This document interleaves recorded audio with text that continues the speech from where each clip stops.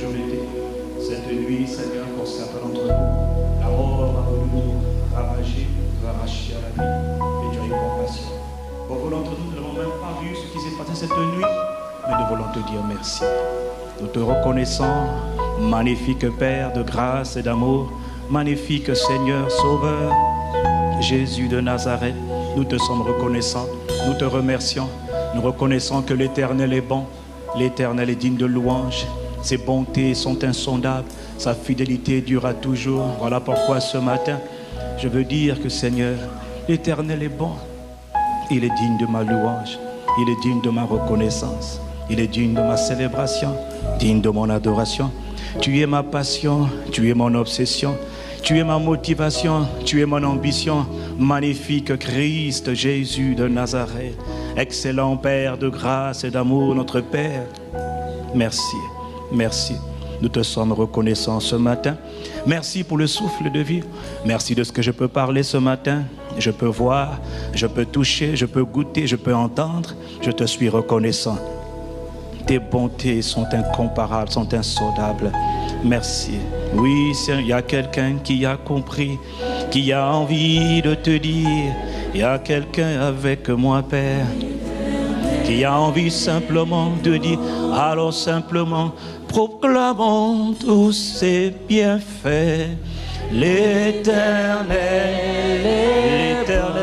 est bon, disons-lui, à lui seul notre gratitude. L'Éternel est, ah oui, certainement, proclamons tous ses bontés. L'Éternel est bon, l'Éternel. Y a-t-il quelqu'un pour l'adorer ce matin? Y a-t-il quelqu'un pour lui dire, pour reconnaître? Oh oui, je reconnais ta bienveillance. L'Éternel, l'Éternel est bon. L'Éternel est bon. L'Éternel est bon. Ah oui, je me souviens de ses hauts faits. L'Éternel, je me rappelle ce matin, hier et aujourd'hui, il m'a gardé, il m'a soutenu, il m'a secouru. L'Éternel est bon. Ah oui, tous ensemble adorons son saint nom. L'Éternel est bon. L'Éternel est bon. L'Éternel est bon. Honorons tous son saint nom. L'Éternel, il est notre sauveur, notre salut. L'Éternel est bon. Il est notre Père, notre source, notre protecteur, notre défenseur. Y a-t-il quelqu'un pour l'adorer ce matin? L'Éternel est bon. L'Éternel est bon. L'Éternel est bon. Oh oui, adorons tous son saint nom. L'Éternel est bon. L'Éternel est bon. L'Éternel est bon. Tendre Père, nous acclamons ton saint nom. L'Éternel, y a-t-il quelqu'un pour l'acclamer? L'Éternel est bon. L'Éternel est bon. Y a-t-il quelqu'un pour lui rendre tout hommage, honneur et gloire? L'Éternel est bon. L'Éternel est bon. L'Éternel reçoit tout honneur, toute louange. Nous sommes fiers de t'appartenir. L'Éternel est bon. Une dernière fois, clamons tous son saint nom. L'Éternel, l'Éternel est bon. L'Éternel est bon.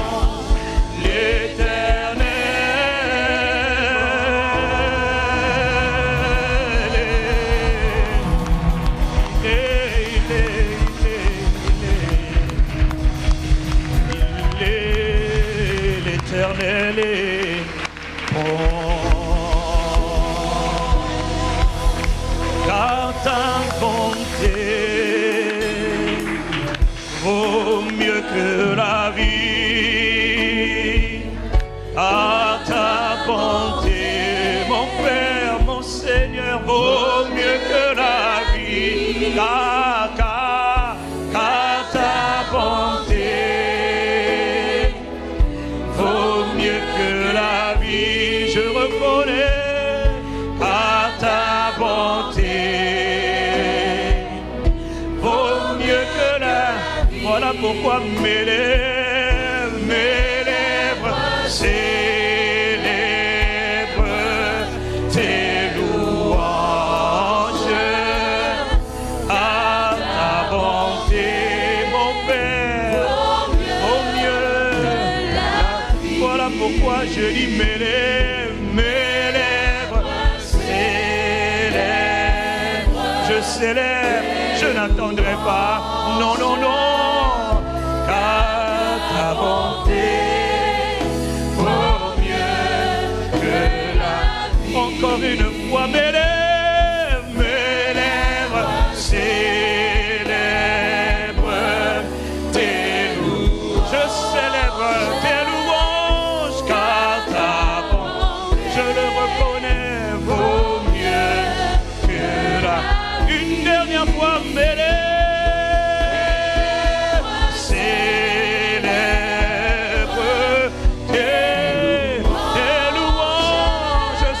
connaissant bonté vaut mieux que la vie.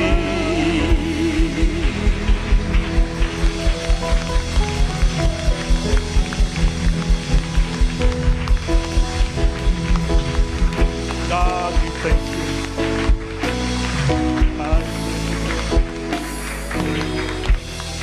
À jamais tu seras, à jamais tu seras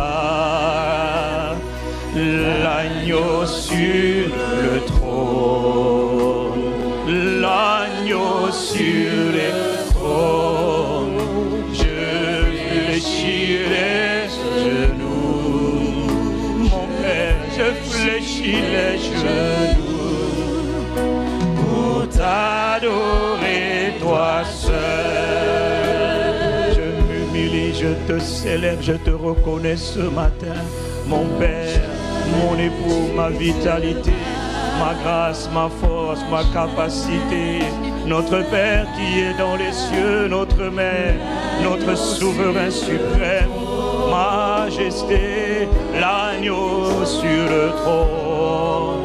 Je fléchis les genoux, je fléchis les genoux pour t'adorer toi seul.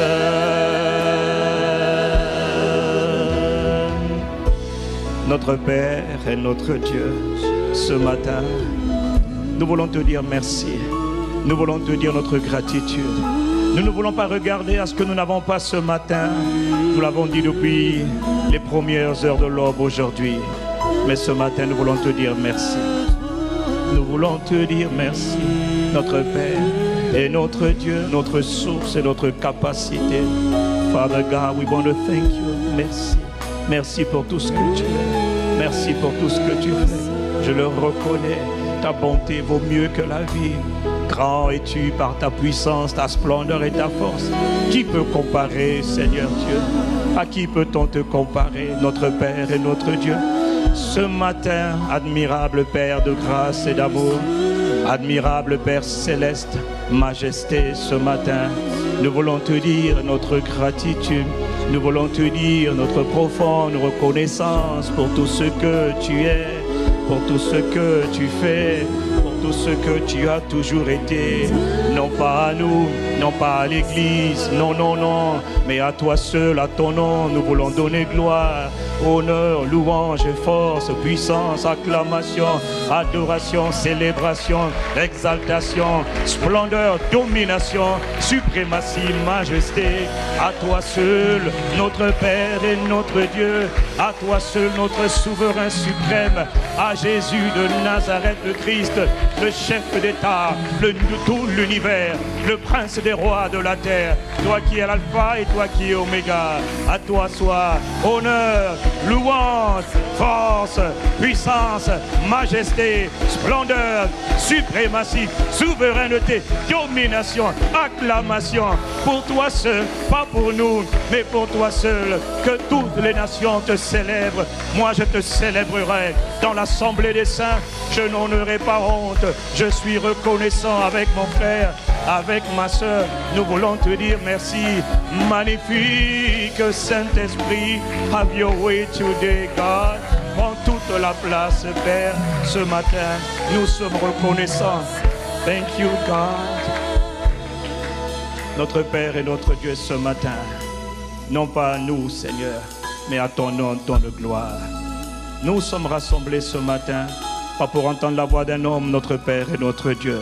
En réalité, ce matin, nous reconnaissons que ce culte ne sert à rien, n'a aucun intérêt, si ce n'est pas pour que nos vies te fassent plaisir, si ce n'est pas pour que nous devenions meilleurs, si ce n'est pas pour que nos vies portent du fruit et que ton nom soit glorifié, alors ce rassemblement n'a aucun intérêt. Mais Seigneur, nous sommes là ce matin pour toi. Nous te disons merci. Accorde-nous la grâce de méditer ta parole et d'être transformés par ta parole. Nous avons compris que toutes les fois que tu veux changer la vie d'un homme, la vie d'un individu, tu envoies ta parole. Parce qu'au commencement était la parole. Et la Bible dit que tout ce qui a été fait par la parole. Et rien de ce qui n'a été fait sans la parole. Alors ce matin, lance ta parole comme un javelot dans nos cœurs, qu'elle ne déchire pas nos vêtements, mais qu'elle brise nos cœurs, afin que nos cœurs deviennent malléables et agréables à Dieu, afin que nos vies t'honorent et te fassent plaisir. Nous, Père, je reconnais ma petitesse, je reconnais ma misère. Je n'ai jamais dit, Père, j'étais capable de faire quelque chose par moi-même, mais je reconnais que ma capacité vient de toi.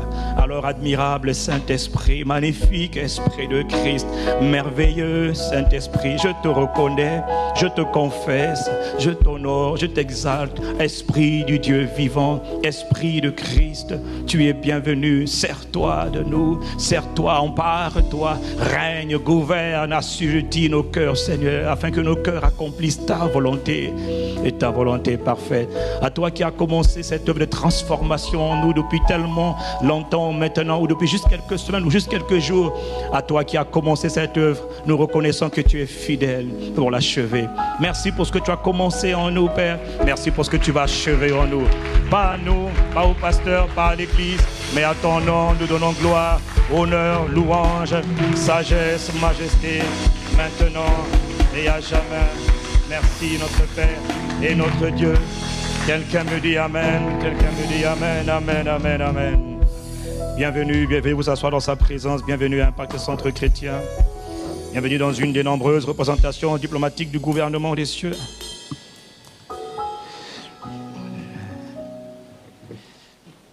Nous poursuivons aujourd'hui notre 7e semaine.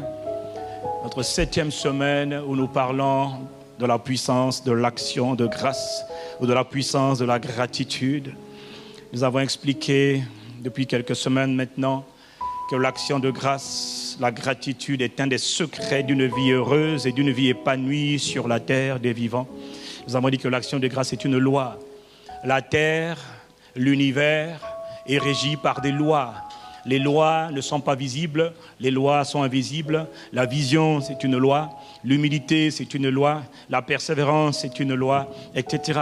Les lois sont immuables, les lois sont interpersonnelles.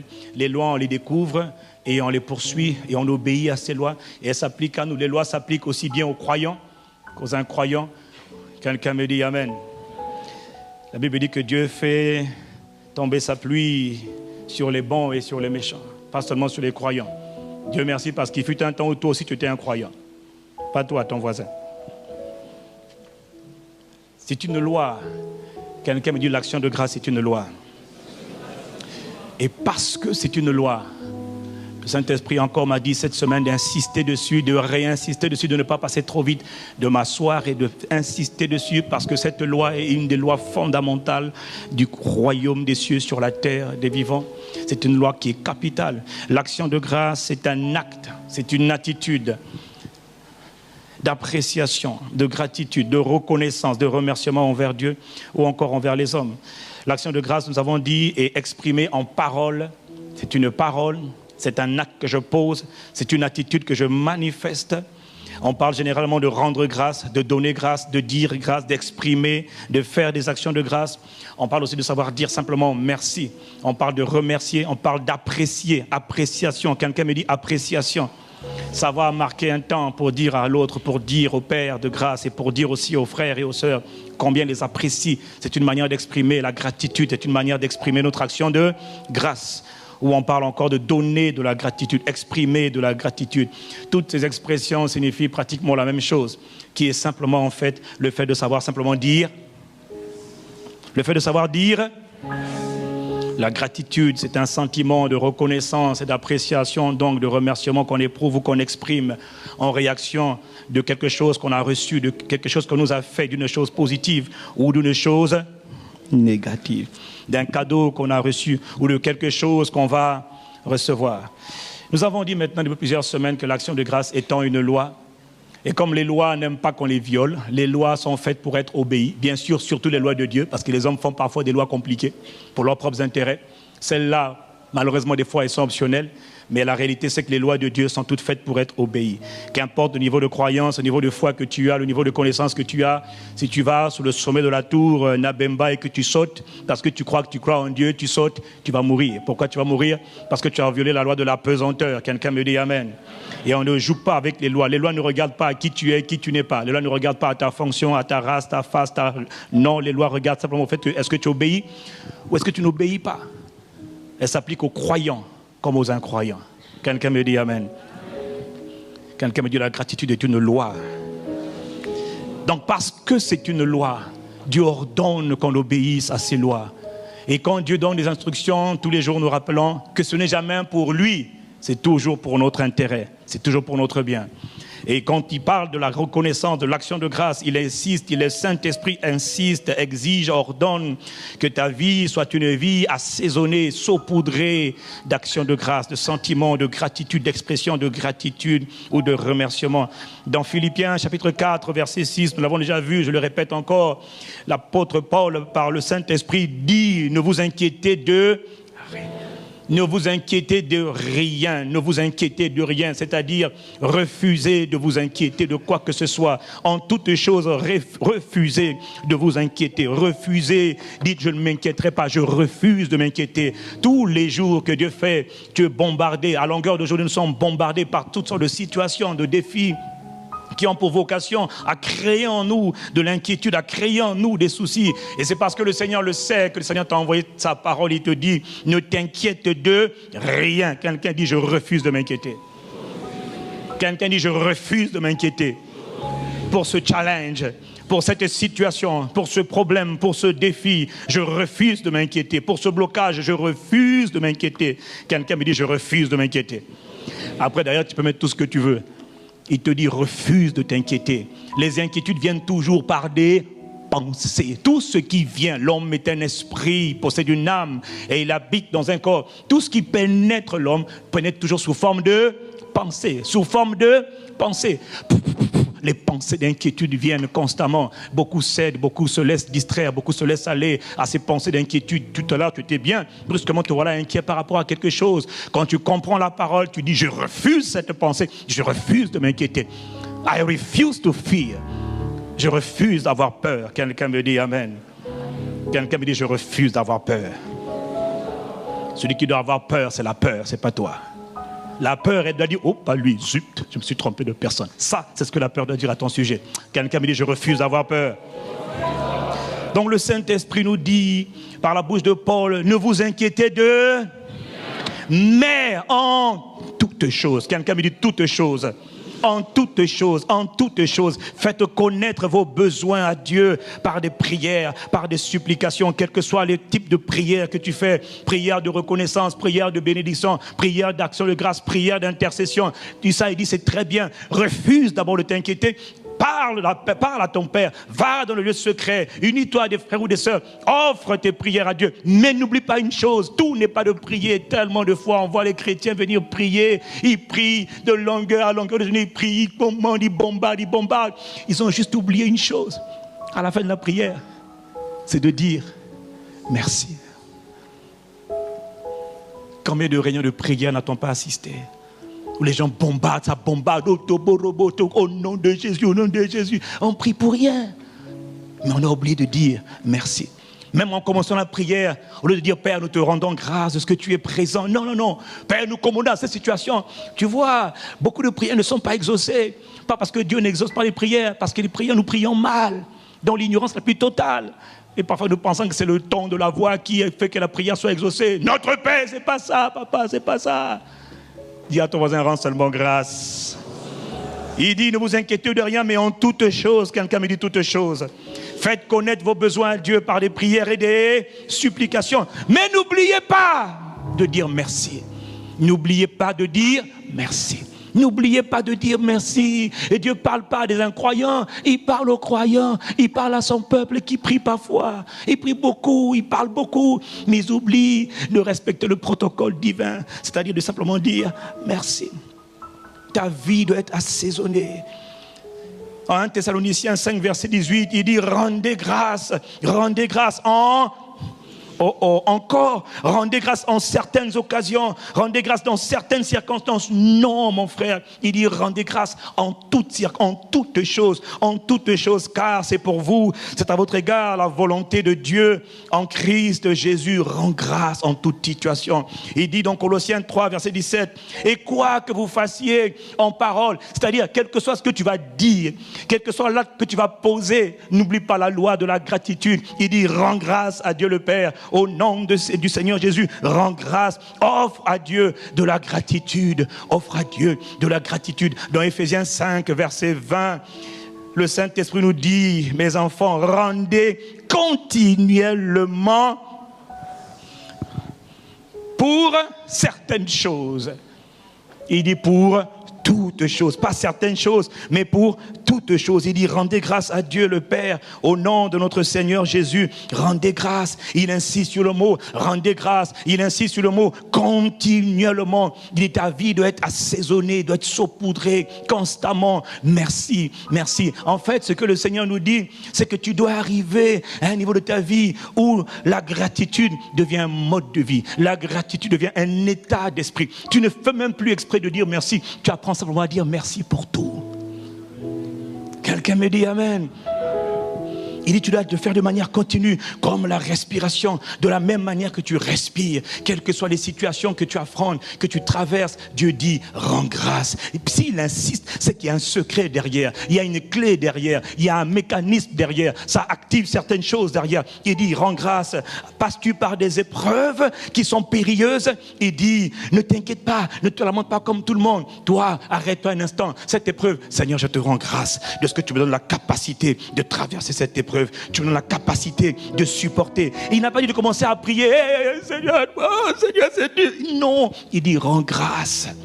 Si vous comprenez cet enseignement, vous allez comprendre. D'ailleurs, je constate que parmi nous, beaucoup de gens commençaient à changer leur manière de prier depuis le début de cette année.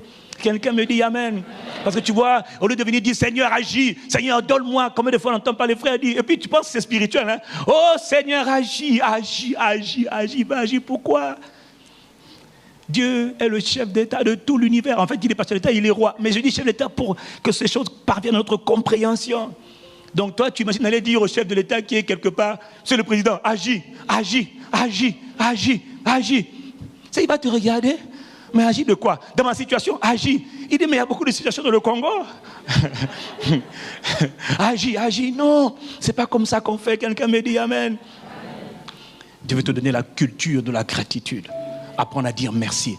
Avant de dire agis, tu dis d'abord merci de ce que tu agis. Merci de ce que tu me secours. Merci de ce que tu me gardes. Merci de ce que ma vie est dans tes mains. Merci de ce que ta grâce me soutient. Merci Seigneur. Dans les tribulations, est-ce que tu passes par des tribulations, par des situations de tension, de persécution? Rends grâce à Dieu.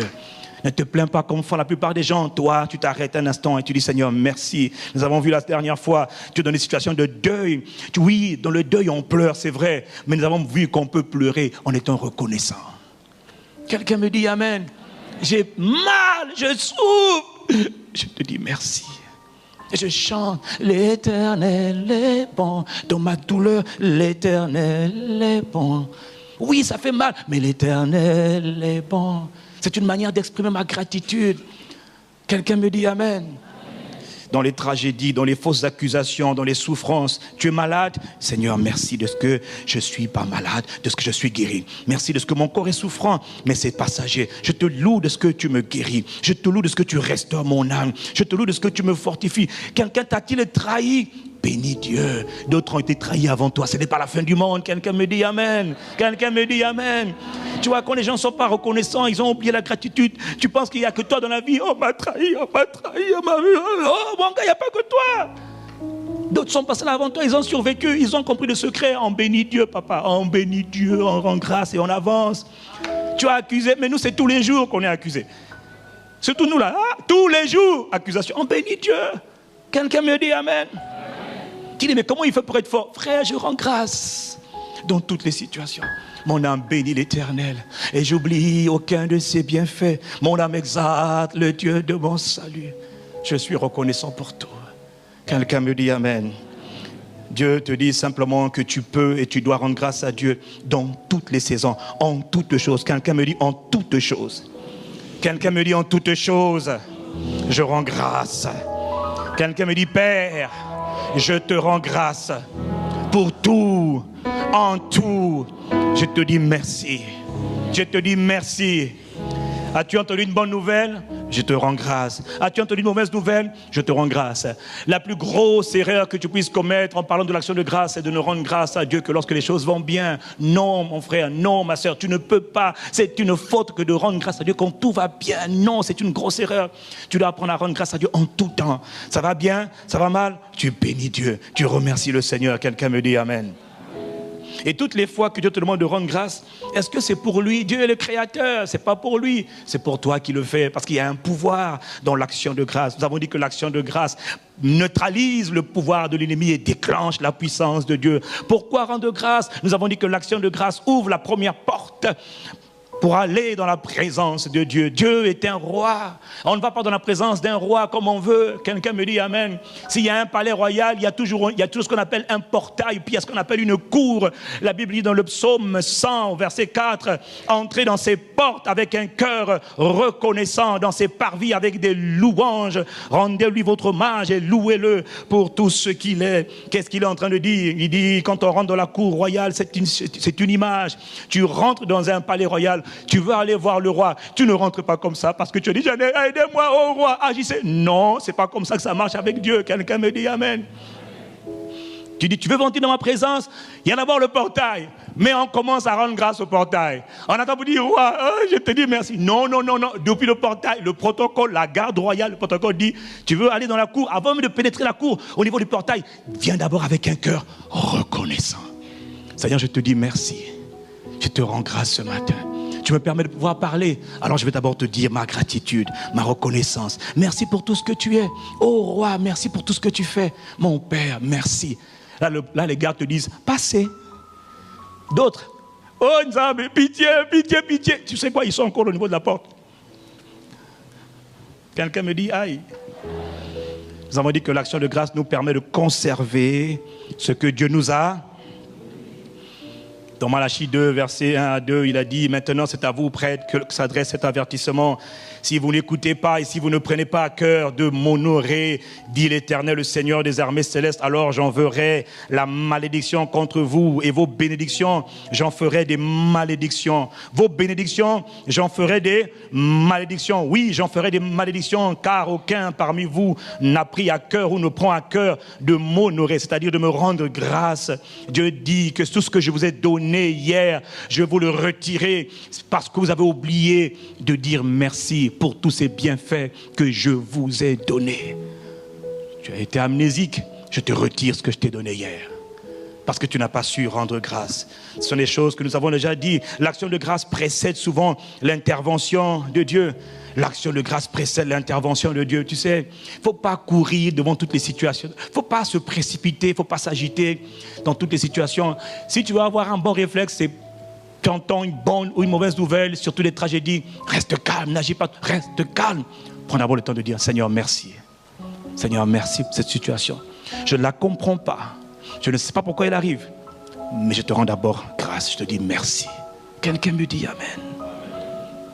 L'action de grâce précède souvent l'intervention de Dieu. Devant la tombe de Lazare, Jésus n'a pas commencé à proclamer des paroles, à ordonner des paroles, à dire au nom de Jésus, je commande. Non, la Bible dit que devant cette situation chaotique, Jésus s'est tenu devant la tombe de Lazare. Il a levé les mains, il a dit, Père, je te rends grâce.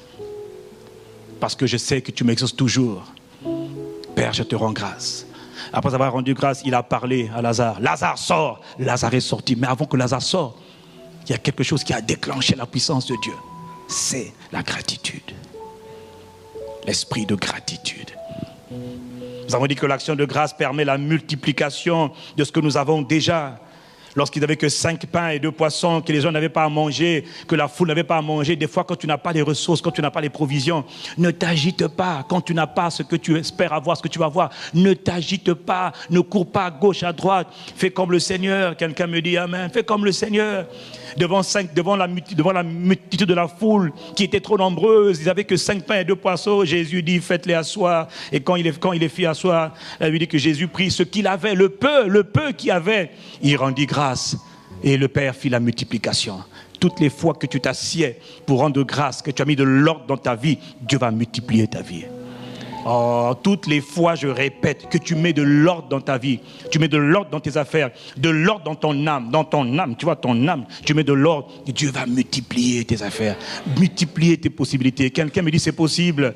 C'est une loi. L'action de grâce multiplie ce que Dieu t'a donné. Tu as peu, tu n'as que 5 pains et 2 poissons pour plus de 5000 hommes, sans compter les femmes et les enfants. Ne t'inquiète pas, rends grâce à Dieu. Tu verras que ça ne manquera pas. Rends grâce, dis à ton voisin, rends grâce à Dieu.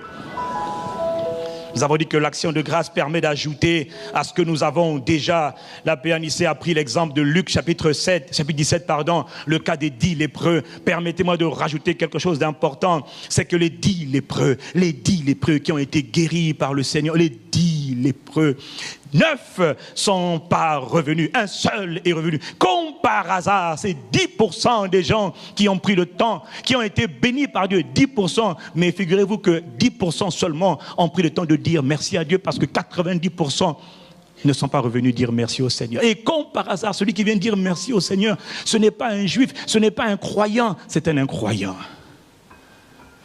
Curieusement, dans la maison de Dieu, dans la famille de Dieu, permettez-moi de le dire, beaucoup sont ingrats. Dans l'église, les gens sont ingrats. Et puis après, ils s'étonnent de voir que leur vie ne change pas. Et quand tu vois quelqu'un que Dieu est en train de distinguer, tu critiques. Mais qui te dit que lui n'a pas un cœur rempli de gratitude? Qui te dit que lui n'a pas compris la loi de la gratitude, la loi de la multiplication? Je rends grâce, Dieu multiplie. 9 ne sont pas revenus. Un seul est revenu, c'est un Samaritain. Est-ce que tu sais, est-ce que tu connais le pouvoir, l'impact de la lèpre sur le corps humain? Il faut savoir que lorsque quelqu'un était lépreux, le corps entier était couvert de lèpre. La peau s'abîmait. Parfois, il y avait des gens qui avaient le doigt arraché, les jambes, les pieds arrachés, les oreilles arrachées, les doigts, oui, arrachés. Pourquoi? Parce que la lèpre avait tendance à paralyser le corps et à faire en sorte, c'est comme si c'était du glaçon. Les choses s'arrachent d'elles-mêmes. Lorsque Jésus dit, vous êtes allez vous montrer chez le sacrificateur. Ils partirent et ils se rendirent compte qu'ils étaient purifiés de leur lèpre. Oui, c'est vrai, mais tu vois, il y a un problème. C'est que peut-être qu'il y en avait qui avaient le doigt qui était parti, l'oreille qui était partie. Est-ce que quelqu'un me suit? Et ceux-là, ils ont été purifiés, c'est vrai, mais ils n'ont pas recouvré toute la santé. Et le gars qui revient vers le Seigneur pour dire, Seigneur, je te dis merci. 1 sur 10, 10% de ceux à qui on a fait du bien, non, plutôt 90% sont restés, 10% sont revenus pour dire, Seigneur, merci. Alors Jésus lui dit à cet homme, il dit, ta foi t'a sauvé. Sauvé vient du mot grec sozo. Sozo veut pas seulement dire ta foi t'a guéri. Non, sozo veut dire ta foi t'a délivré, ta foi t'a restauré, ta foi t'a béni, ta foi t'a élevé, ta foi t'a distingué, ta foi t'a préservé. Quelqu'un me dit amen. Parce que tu vois, quand quelqu'un était lépreux, généralement, il perdait ses enfants, il perdait sa femme, parce qu'il était exclu de la société, banni de la société. Alors tu imagines le gars, il va, les 9 autres qui ne sont pas revenus, ils sont partis voir leur femme leur dit, ah papa, tu n'étais pas là, tu étais malade, moi j'ai trouvé un autre mari, mes enfants aussi ont trouvé un nouveau père, c'est fini. Mais qu'est-ce que sont devenues mes affaires? Tes affaires ont été vendues, tu avais un business, un petit commerce, il a fait faillite, c'est mort mon gars, tu étais lépreux. Quelqu'un me dit amen. Et qu'est-ce qui se passe-t-il? Il n'a plus rien. Il est peut-être guéri dans son corps, mais il n'a rien récupéré. Il a tout perdu. Les années que les sauterelles ont mangé, il a tout perdu. Oh, celui qui rend grâce à Dieu, Jésus dit, ta foi t'a sauvé. Autrement dit, non seulement tu es guéri dans ton corps, mais tu vois, même la femme que tu avais là, tu la récupères. Les enfants que tu avais, tu les récupères. Le commerce que tu faisais, tu le récupères. Tu récupères tout. C'est ça le mot sauver. Quelqu'un me dit amen. Oh. Sauver, ce n'est pas juste le fait d'être guéri, c'est le fait de récupérer tout. Quelqu'un me dit tout. Donc tu vois, le fait de rendre grâce à Dieu lui a permis de récupérer tout ce qu'il avait perdu hier.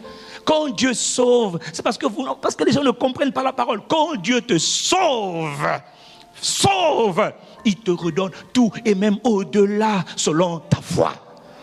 Quelqu'un me dit amen. Donc logiquement, quand quelqu'un est sauvé, né de nouveau, quand quelqu'un rencontre Dieu, frère, ta vie ne peut pas rester la même. Mais malheureusement, beaucoup restent comme ça. Pourquoi? Parce qu'ils n'ont pas compris. 1 et puis 2, il n'y a pas la foi qui correspond. Tout n'est possible que par la foi. Dis à ton voisin, rends grâce à Dieu. Nous avons vu comment le manque de gratitude peut provoquer la colère de Dieu. Et aujourd'hui, le Seigneur m'a demandé de parler sur un autre sujet encore, toujours plutôt par rapport au manque de gratitude, d'un autre aspect du manque de gratitude. Parler aujourd'hui de ce que le manque de gratitude peut engendrer dans la vie du peuple, dans la vie des croyants, comme des incroyants, parce que la gratitude est une loi, c'est un secret, et ça s'applique à tout le monde.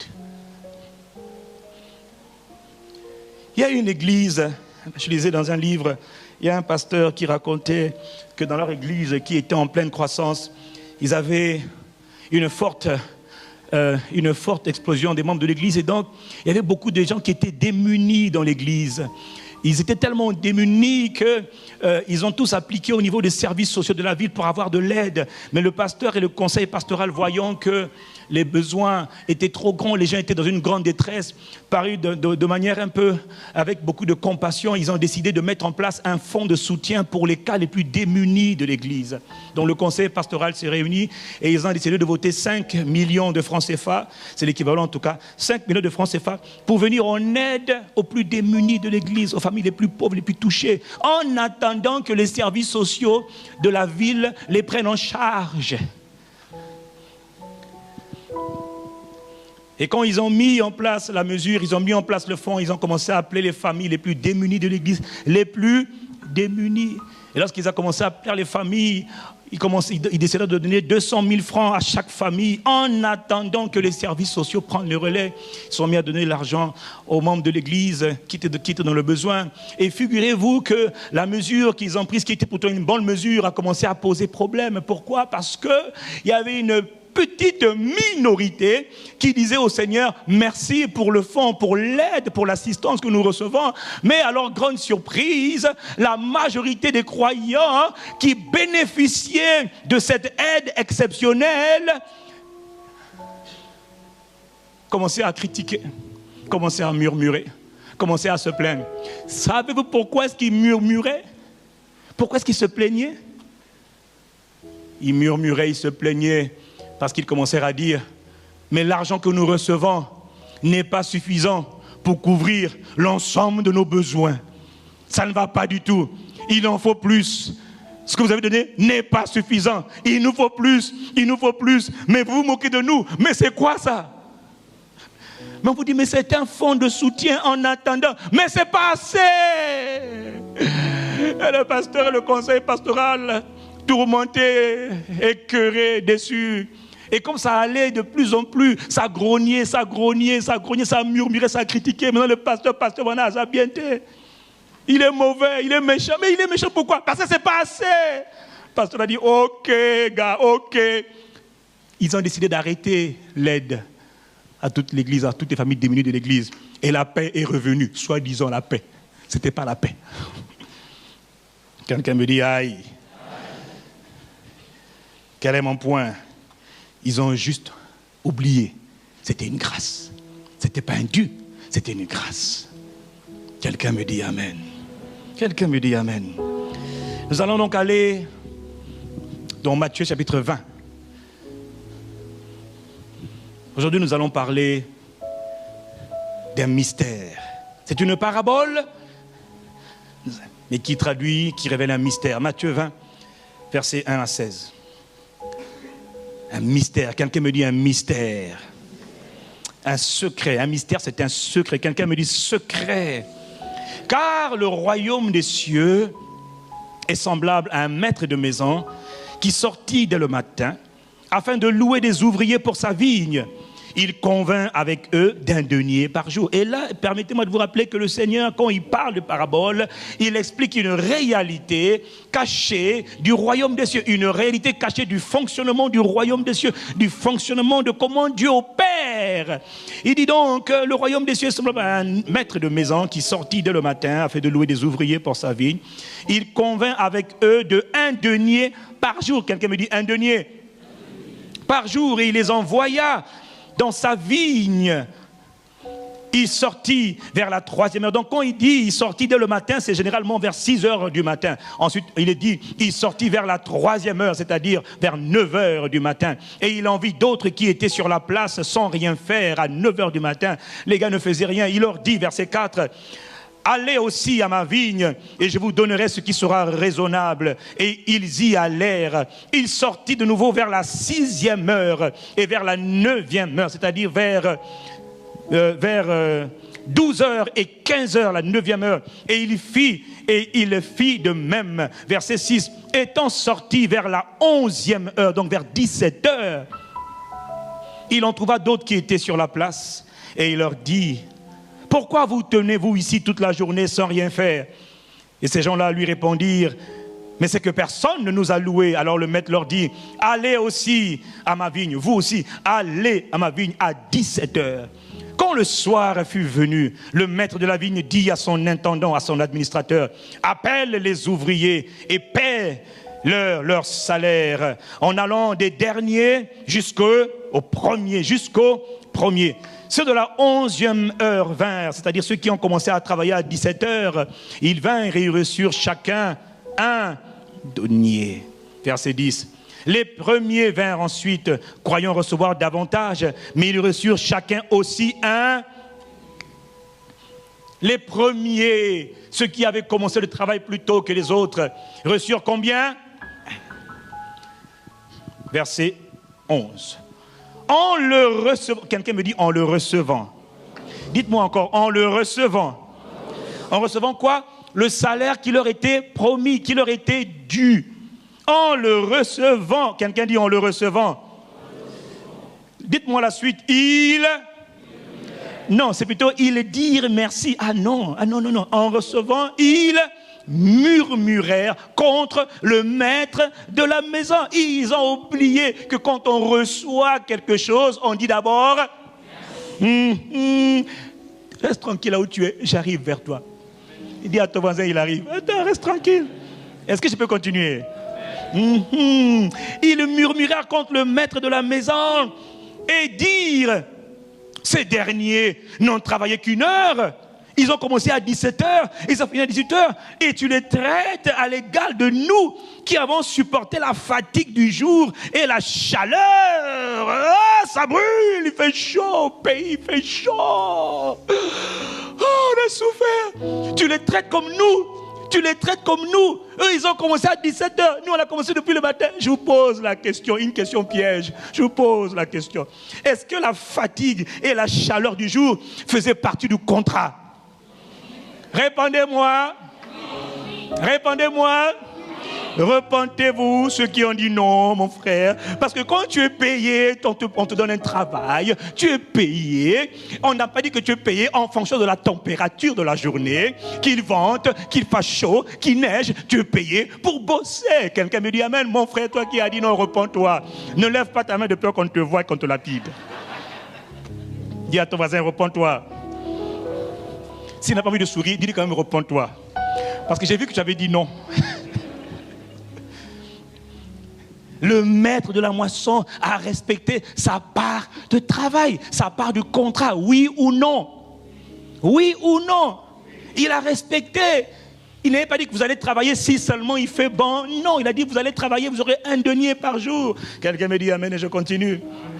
Donc il leur dit, verset 12, ces derniers n'ont travaillé qu'une heure et toi tu les traites à l'égal de nous, nous qui avons supporté la fatigue et la chaleur du jour. So what? Et alors, et la Bible dit, verset 13, il répondit à l'un de mon ami, je ne te fais pas de tort. N'es-tu pas convenu avec moi d'un denier? C'est-à-dire, n'ai-je pas respecté ma part du contrat? Verset 14, prends ce qui te revient et va-t'en. Je veux donner à ce dernier autant qu'à toi. Je veux donner à ce dernier autant qu'à toi. Verset 15. Ne m'est-il pas permis de faire de mon bien ce que je veux? Ou vois-tu de mauvais œil que je sois bon? Est-ce que ma bonté te dérange à ce point-là? C'est mon bien. Le mot maître ici, maître de la vigne, là Jésus donne une parabole pour expliquer les réalités invisibles et incompréhensibles du royaume des cieux. Quelqu'un me dit amen. Alors, bien-aimé, voilà un mystère, voilà une parabole qui révèle ce qu'on appelle le mystère de la disqualification. Pourquoi tu dis ça, pasteur? Parce qu'au verset 16... ainsi dit le Seigneur, dit le Seigneur, ainsi les derniers seront les premiers et les premiers seront les derniers. Ouh là là, mais c'est un verdict tragique, c'est dur comme mesure, c'est extrême comme mesure. Bien-aimé, revenez un peu, bas la terre. Dis-moi un peu, est-ce que tu comprends que dans ce mystère de la parabole de la vigne et des ouvriers, en vérité révèle un mystère qu'on appelle le mystère de la disqualification? Quelqu'un me dit disqualification. Dis-moi un peu, n'as-tu jamais été tenté la première fois que tu as lu ce passage, ce texte, de dire que là quand même, l'attitude de ce maître-là est à la limite de l'injustice quand même, hein, j'ose pas le dire, tu vois, mais il faut quand même reconnaître que le gars n'est pas clair, quoi. Franchement, le gars il a bossé 1 heure, tu payes un denier, tu payes 100 000 francs, le gars qui a bossé 1 heure, tu payes 100 000 francs, le gars qui a bossé 8 heures, tu payes 100 000 francs, le gars qui a bossé 10 heures, quand même là, maître, je reconnais quand même qu'il y a un problème quand même d'un peu d'injustice. Hein? Si ce n'est pas ton cas, sache que moi, quand j'ai lu ce passage la première fois, j'avoue que j'ai pensé un peu de cette manière-là. Je suis peut-être le seul ici, il n'y a pas de problème. Bon, moi, je me repens. Alors, je vous pose la question. Au verset 12, verset 11, ils reçoivent et ils ne disent pas merci. D'où viennent ces murmures? D'où viennent ces critiques contre le maître de la moisson, contre le maître? Le mot maître ici, c'est kurios, c'est-à-dire c'est seigneur, ça veut dire encore souverain, ça veut dire encore propriétaire, ça veut dire encore empereur, c'est-à-dire le propriétaire de toute la moisson, de tout le domaine. Est-ce que quelqu'un me suit? Il dit d'où viennent ces murmures, ces critiques, d'où viennent ces complaintes contre le maître de la moisson? Ça vient d'où, à votre avis? Ça vient de leur attitude d'ingratitude. En recevant leur salaire, ils ont oublié de dire merci. Ils ont oublié de dire. Pourquoi n'ont-ils pas dit merci? Pourquoi? Parce qu'ils étaient ingrats. Ils estimaient qu'ils méritaient plus que les autres. Ils estimaient que parce qu'ils avaient travaillé plus longtemps, il fallait avoir plus que les autres. D'où te vient le fait que tu as droit à plus que les autres dans la vie? Qui te donne ce sentiment de suffisance qui te fait croire que tu mérites plus que les autres? Pourquoi ne pas juste être content quand les autres sont bénis? Pourquoi ne pas juste être reconnaissant quand les autres ont quelque chose que tu n'as pas? Laissez-moi, je vous amène quelque part. Quelqu'un me dit amen. Leur manque de gratitude a créé quelque chose d'autre. Parce que toutes les fois, bien-aimé, que tu n'es pas ingrat, ton cœur va murmurer. Plutôt, toutes les fois que tu ressens de l'ingratitude, toutes les fois que tu n'exprimes pas un sentiment de gratitude, tu vas estimer le sentiment contraire. C'est-à-dire l'ingratitude, les murmures, les plaintes, les critiques. Est-ce que quelqu'un me suit? Mais quel est le jugement, la sentence finale que prononce le maître de la moisson au regard de ses commentaires?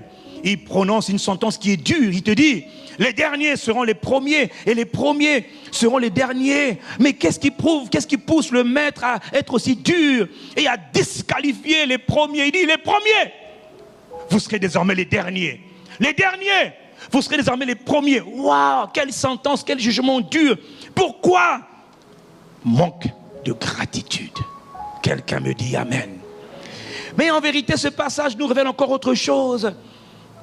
Ce passage nous révèle d'abord autre chose.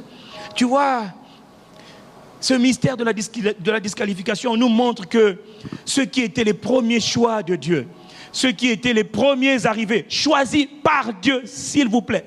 Là, il ne nous parle pas des incroyants, il te parle des croyants, il te parle des gens qui prennent, que Dieu lui-même choisit pour travailler dans sa vigne. Qui les a choisis? Ce n'est pas eux-mêmes, c'est le maître qui les a choisis pour travailler dans sa vigne. C'est Dieu, le Père, le maître qui les a choisis pour travailler dans la vigne. Et le problème, bien-aimé, c'est que ces premiers arrivés, ces premiers choisis, ces premiers venus, qu'on appelle encore littéralement les anciens ou encore les aînés, c'est-à-dire ceux qui étaient là avant nous, ou encore les anciens, ceux qui étaient là avant nous. Est-ce que quelqu'un comprend de quoi je parle? Ah, les aînés, tu vois, ils avaient un léger problème. Ils sont appelés par le maître, mais ils ne connaissent pas le caractère du maître. Ils ne connaissent pas la nature de leur maître. Ils ne connaissent pas la nature du patron qui les a appelés pour travailler. Je vous ai déjà dit, on peut servir Dieu sans connaître Dieu. Beaucoup servent Dieu, mais ils ne connaissent pas Dieu. Beaucoup parlent de Dieu, mais ils ne connaissent pas Dieu. Beaucoup crient, mais ils ne connaissent pas Dieu. Beaucoup paraissent, mais ils ne connaissent pas Dieu. Ça veut dire qu'on ne connaît pas Dieu. Ils ne connaissent pas sa nature. Ils ne connaissent pas son caractère. Ils ne connaissent pas son caractère. Mais qu'est-ce qu'ils n'ont pas compris de Dieu? Ils n'ont pas compris, premièrement, que le maître de la moisson est un homme qui est juste. C'est-à-dire, il exerce sa justice et sa justice n'a rien à voir avec notre justice à nous. Ce que tu appelles juste à tes yeux n'est pas forcément juste auprès de Dieu. Quelqu'un me dit amen. Ils ont oublié autre chose. Ils ont oublié, c'est que le maître, c'est-à-dire le Seigneur ou encore le propriétaire de la moisson est souverain. Il fait ce qu'il veut avec ce qu'il a. Quand il veut, où il veut, il donne à qui il veut. J'ai une bonne nouvelle et une mauvaise nouvelle. La bonne nouvelle, c'est que Dieu est souverain. La mauvaise, c'est que si Dieu veut bénir ton voisin, il ne te consultera pas. Il ne te demandera pas ton avis, il n'en a rien à faire de ton opinion, il est souverain. Il regarde sur ton frère, ta soeur, il dit, je le bénis. Et je décide de le bénir, mais pourquoi lui? Ce n'est pas ton problème, c'est son problème. Quelqu'un me dit amen. Oui, c'est une mauvaise nouvelle. Je croyais qu'il allait me rendre compte. Non, il ne te rend aucun compte. Ton avis n'importe pas pour lui. Quelqu'un me dit amen. Rappelle-toi, il est le créateur, le propriétaire. Ça veut dire que tout lui appartient. Quelqu'un me dit amen. As-tu des enfants? Oui, ce sont mes enfants. Correction. Ils appartiennent à Dieu.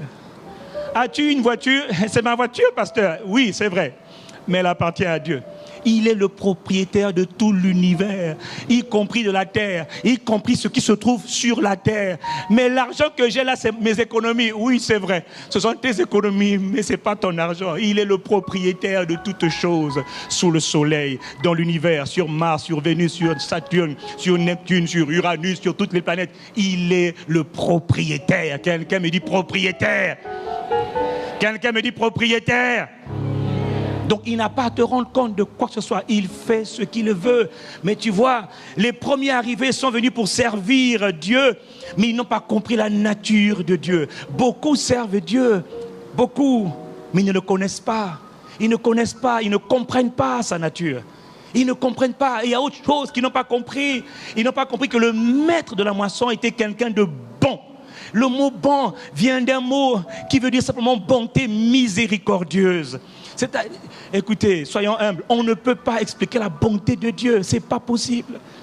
Si quelqu'un te dit, je vais t'expliquer comment Dieu est bon, frère, je suis incapable d'expliquer à quelqu'un la bonté de Dieu, la bonté miséricordieuse de Dieu. Ce qui fait que Dieu regarde les pécheurs, il voit l'humanité qui est méchante, pervers, corrompue, pourrie.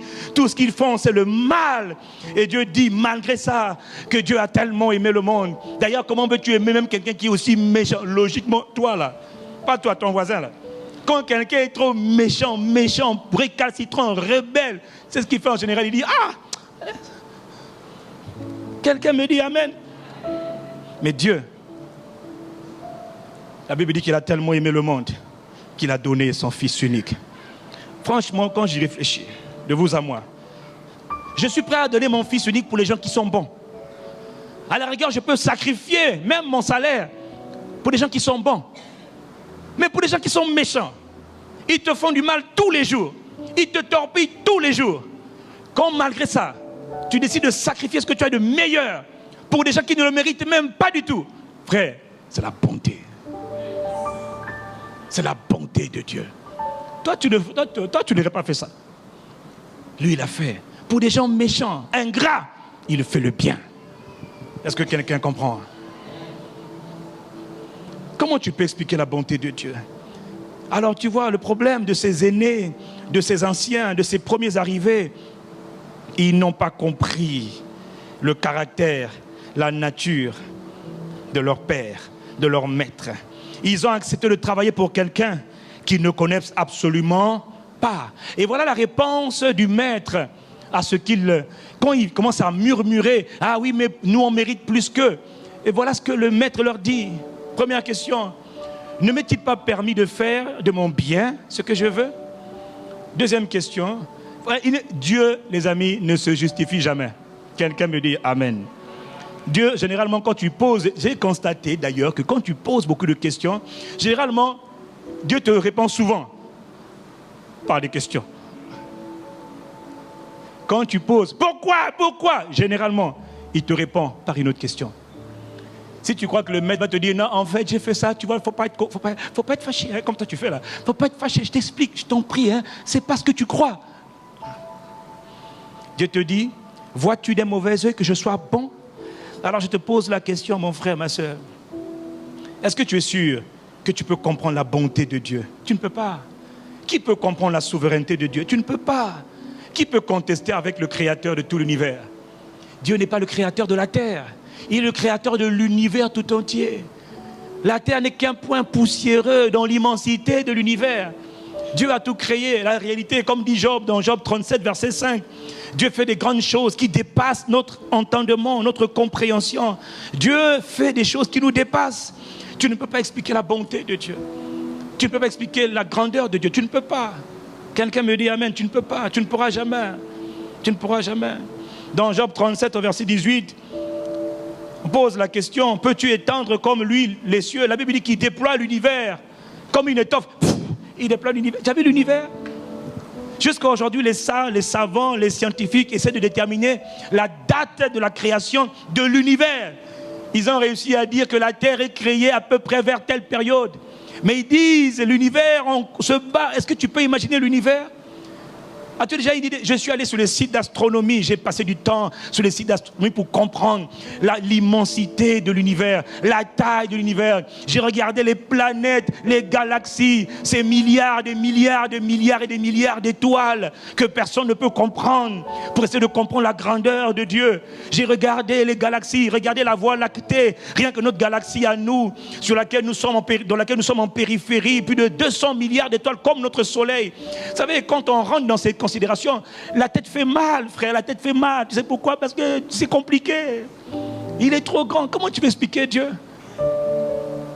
Comment tu veux expliquer la grandeur de Dieu? Tu regardes tous les satellites, le télescope Hubble, le télescope Voyager 1. J'ai regardé toutes les images de l'immensité de l'univers.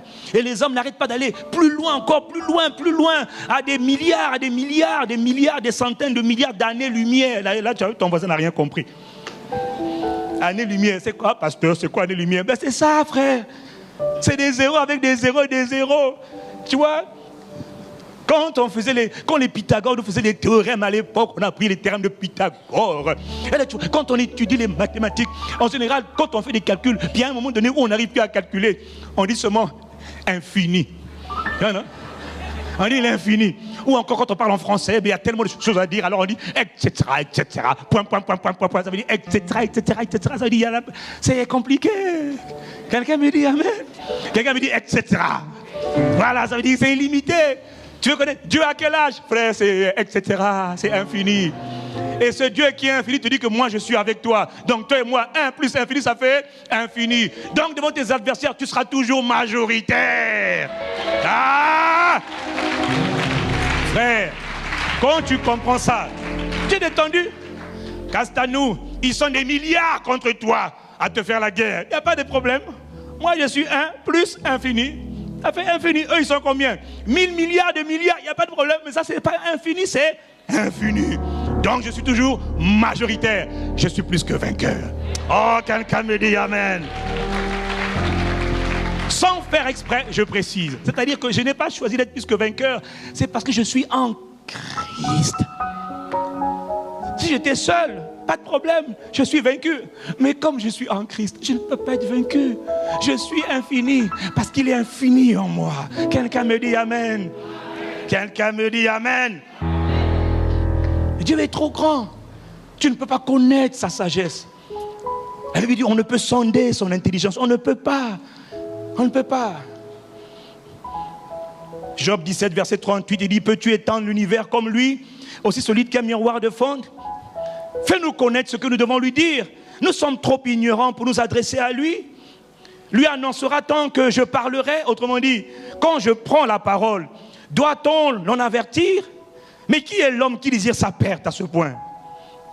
Tu es sur la poussière de planète qu'on appelle Terre. Lui, il est dans l'immensité de l'univers.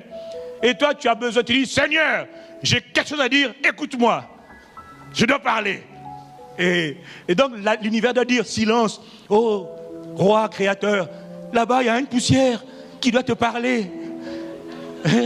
Il a quelque chose à te dire. Qui a osé parler? Non, c'est pas moi. En fait, c'était le pasteur. Non, c'est pas moi aussi. C'est pourquoi la Bible dit, oh, que la majesté de Dieu est redoutable. C'est pourquoi les hommes doivent le craindre. Ils ne portent les regards sur aucun sage. Vous savez, les hommes, en fonction des milieux que tu côtoies, tu sais, il y a des gens qui se croient sages. Non, nous avons le noxis, la sagesse. L'amour, Sophia. La philosophie, Sophia, philos. Philos de Sophia, l'amour de la sagesse. Foutaise, excusez-moi l'expression. Excusez-moi, ça, c'est parti tout seul. Vous voyez, non? Eh, Seigneur, pardonne-moi. Niaiserie, voilà. Quelqu'un me dit niaiserie. Voilà, et oubliez le premier mot, regardez le deuxième, niaiserie. Il se croit sage. Il ne porte les regards sur aucun sage. C'est-à-dire qu'il ne tient pas compte de ceux qui se croient sages. Quelle est la morale de cette histoire, de ce récit? C'est qu'en murmurant, comme ils ont murmuré, en critiquant, comme ils ont critiqué, qu'est-ce qu'ils ont fait? Ils ont critiqué la bonté de Dieu. Ils ont critiqué la fidélité de Dieu. Ils ont critiqué l'amour de Dieu. Pourquoi? Parce que Dieu fait ce qu'il veut. Quelqu'un me dit amen. Et à cause du fait qu'ils ont critiqué, au lieu de dire merci pour ce que nous avons reçu, nous te remercions, merci pour ce que tu... Ne pas regarder ailleurs ce que les autres ont reçu. Ils ont tenu à regarder, à se comparer à ce que d'autres ont reçu. Et tu vois, la morale de l'histoire, mon frère, ma soeur, c'est que l'esprit d'ingratitude te pousse toujours à faire ce qu'on appelle des comparaisons. Quelqu'un me dit comparaison. Et le jugement de Dieu pour ceux qui font des comparaisons, le jugement du maître de la vigne, de la moisson, ce qui dit à cause de ton ingratitude vis-à-vis de ce que tu as reçu, que tu aies reçu peu, que tu aies reçu beaucoup, ton attitude va déterminer si tu vas recevoir davantage ou si tu vas être disqualifié. Est-ce que quelqu'un me suit? Alors Dieu dit, les premiers seront les derniers et les derniers seront les premiers. Sous-entendu, à cause de votre manque de gratitude, vous allez perdre la place que vous aviez. Perdre la position que vous aviez. Perdre les grâces, perdre le rang, perdre les privilèges, perdre l'influence, perdre le droit d'aînesse que tu avais. Tu le perdras. Tu sais pourquoi? Ton ingratitude. Ton ingratitude a engendré une autre attitude qu'on appelle la comparaison. Quelqu'un me dit comparaison. Quelqu'un me dit comparaison. Frère, c'est un piège, c'est une trappe dans laquelle la plupart des croyants et des incroyants tombent nuit et jour sans savoir qu'ils sont tombés, piégés par l'esprit de comparaison. Et à un moment donné, la loi de la gratitude s'applique parce qu'on la viole. Sans faire exprès. Dieu est juge, Dieu regarde tous les habitants de la terre. Ce n'est pas Dieu qui juge, c'est la loi que tu violes qui te juge. Alors mon frère, toi aussi, est-ce que t'arrives-t-il de te comporter? T'est-il arrivé de te comporter comme ces anciens, ces premiers arrivés, ces anciens, ces aînés qui étaient là les premiers sur le terrain, mécontents, murmurant, critiquant, plaignant? Pourquoi? Parce qu'ils comparent son salaire avec le salaire des autres. Compare tes avoirs avec les possessions des autres. Il compare ses avantages avec les avantages des autres. Il compare ses privilèges avec les privilèges des autres. Il compare ses grâces avec les grâces des autres. Tout ce qui était là avant toi, tu arrives, tu compares. Comment celle-là, c'est ma petite sœur, elle est plus jeune que moi. Comment est-ce qu'elle vient de se marier? Franchement, pourquoi est-ce qu'elle s'est... Seigneur, pourquoi tu as permis une chose pareille? Pourquoi est-ce qu'elle se marie avant moi? Moi ici, là, j'attends depuis longtemps dans l'église. Moi, il se fait encore marier. Elle vient d'arriver, elle se marie déjà. Pourquoi elle? Et pourquoi pas? Vois-tu d'un mauvais œil que Dieu soit bon? La bonté de Dieu te dérange-t-elle à ce point-là? Mais moi, j'attends des enfants. Ils ont 4 enfants déjà en 3 ans. Bon, ça, c'est pas nous. 4 enfants en 3 ans. Bon. C'est possible. Quelqu'un me dit c'est possible. Pourquoi tu ne te réjouis pas pour elle? Pourquoi tu ne te réjouis pas pour elle? Ça fait déjà 3 ans, mon Seigneur, moi je compte. Mais moi, je n'ai pas encore d'enfant. Mais j'ai 40 ans bientôt. Toujours 0 enfant. Elle a 30 ans, déjà 5. Seigneur. Oh, Nzambe Mawa et des bisous. Eh bien, tu sais quoi? Ta prière n'est pas écoutée. Parce que ta prière est inspirée avec des motivations impures. Quelqu'un me dit Amen. La comparaison. Comment? Moi, je suis l'aîné de la famille. Je suis le grand frère. Mon petit frère vient de... Il travaille, il gagne plus que moi. Alors que moi, je suis son grand frère. D'ailleurs, il a un poste élevé. Alors que moi, je n'ai pas un poste élevé. Comparaison. Pourquoi est-ce qu'il gagne plus que moi? Et pourquoi pas? Qui t'a dit que parce que tu es l'aîné, tu dois avoir un salaire plus élevé que ton cadet? Qui t'a dit? C'est écrit où? D'où te vient cette pensée? Demande à ton voisin, qui t'a dit? C'est écrit où? Veux-tu donc questionner la souveraineté de Dieu? C'est Dieu qui fait grâce. Et la Bible dit, Dieu fait grâce à qui il veut faire grâce. Et tu vois, non, écoutez-moi, moi aussi j'ai lutté. Je vous avoue, nous tous ici là on a péché. Tout le monde ici a péché. Levez la main, coupable. Oh Dieu, pitié de moi. Si tu ne lèves pas ta main, frère, vis encore. Tout le monde ici a péché. Parce que tout le monde, à un moment donné ou un autre, nous avons été touchés par le poison de la comparaison. Mais qui était dû à de l'ingratitude. Pourquoi? Parce que nous avons oublié de regarder à ce que nous avons. Parce que Dieu donne à tout le monde. Le problème, c'est qu'il y en a qui ont reçu, ils disent, mais c'est peu, c'est pas peu. Il n'y a rien qui est peu. Parce que quand tu vas comparer ce que tu as avec d'autres, tu vas te rendre compte que finalement, tu avais beaucoup. Mais c'est juste que tu ne le savais pas. Et tu critiques pour rien. Tu as reçu quelque chose, dis-moi amen. Oui, mon petit frère a un salaire plus élevé. Non, ce n'est pas un problème. Il y a parfois à Paris, et même au Congo aussi, je vois, il y a des gens qui tirent sur les pasteurs Castano pour rien. Ah oui, c'est une nouvelle église, ils ont à peine moins, ils ont un peu moins de 15 ans. Comment ça se fait qu'ils ont plus de 10 000 personnes, 10 000, 12 000 personnes, alors que moi je suis là dans le ministère depuis longtemps. Moi j'ai que 500 personnes de mon église, j'ai que 500 personnes et je rame, et je vois pas clair, et je galère, et je trime. Eux là, ils sont pas normaux. Ils sont rentrés dans des choses compliquées. Et c'est pas clair. Ils sont devenus francs mécaniciens, francs CFA, ils changent la monnaie. Tu vois, francs charpentiers, francs menuisiers, tout ce qui est franc, ils sont dedans. Il n'y a pas de problème. C'est pas clair. Pourquoi c'est pas clair? Qui te dit que ces gens-là n'ont pas appris? Ils ont pris parce que Dieu a donné la grâce à tout le monde. Mais il y en a qui ont pris la grâce de Dieu et ils ont multiplié la grâce. Et ils n'ont pas pris la grâce en vain. Parce que je connais beaucoup qui ont pris la grâce en vain. Ils ont eu la grâce, mais ils n'ont pas travaillé leur cœur. Ce n'est pas à Dieu de garder ton cœur. C'est à toi de garder ton cœur toi-même. Pour éviter qu'il ne s'enfle d'orgueil. Parce que dans l'instant où ton cœur s'enfle, t'inquiète pas. Tu violes une loi, la loi de l'humilité. La loi de l'humilité dit, hey, tu as été élevé, tu m'as oublié. Eh bien, je vais te faire descendre. Hein? Tu vas descendre. Mon fils, tu vas descendre, ma fille. Quelqu'un me dit Amen. Il y en a qui ont pris la grâce de Dieu. Il y en a qui ont appris à connaître Dieu. Il y en a qui ont compris qu'ils ne sont pour eux rien. Ils ne sont rien. Il ne faut pas croire que Castano, il parle, c'est pas lui. C'est Christ en lui, c'est pas lui. Jamais je vais dire, pour dire, voilà, je suis devenu celui qui suis. Alléluia. Superman et Tarzan, c'est moi. Niaiserie. Tu n'es rien, frère. Mais il y en a qui ont compris qu'ils ne sont rien. Et que tout n'est que grâce. Mais je connais beaucoup qui ont reçu. Ça dit, ah, je suis devenu quelqu'un. Frère, ça c'est ton problème. Quelqu'un me dit Amen. Et tu vois, dans cette attitude d'humilité, dans cette attitude de gratitude, Dieu multiplie. Dieu multiplie. Dieu donne les moyens, donne les ressources. Mais d'autres le voient d'un mauvais œil. Et ils questionnent, ils remettent en cause la bonté de Dieu à l'égard de nous autres. Et nous aussi, si on ne fait pas attention, d'autres, Dieu va les élever, on va dire, mais pourquoi eux, ils vont plus vite? Ce n'est pas ton problème. Regarde à ce que tu as, béni Dieu. Quelqu'un me dit Amen. Quelqu'un me dit Amen. L'esprit de comparaison. Je travaille depuis plus longtemps, mais je gagne moins que lui. Pourquoi? Et tu vois, l'esprit de comparaison fait des ravages, des ravages dans les foyers. Monsieur et madame sont mariés. Même au sein d'une même famille, les enfants entre eux.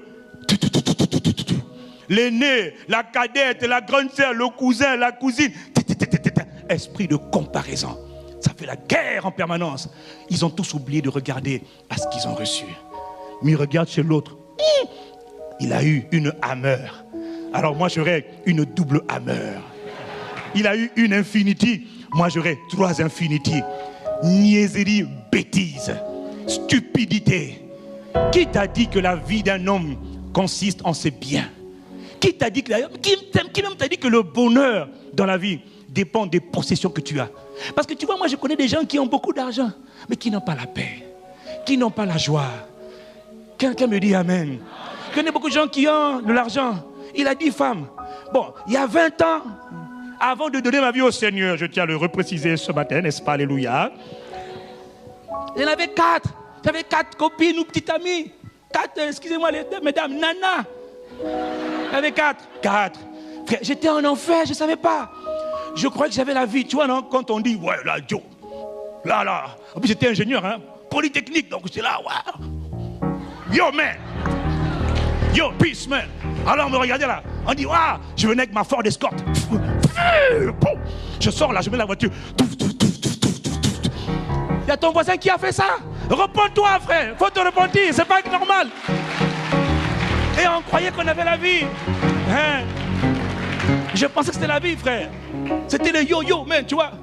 Et puis il dit, ah, il est là, ça. Je peux monter à l'avant. Monte à l'avant. Frère, j'étais en enfer. Je ne savais pas. Je pensais bien faire. Mais là, j'ai découvert que finalement, avoir beaucoup de femmes, c'est la misère, frère. Tu marches dans la rue, le jour de la Noël.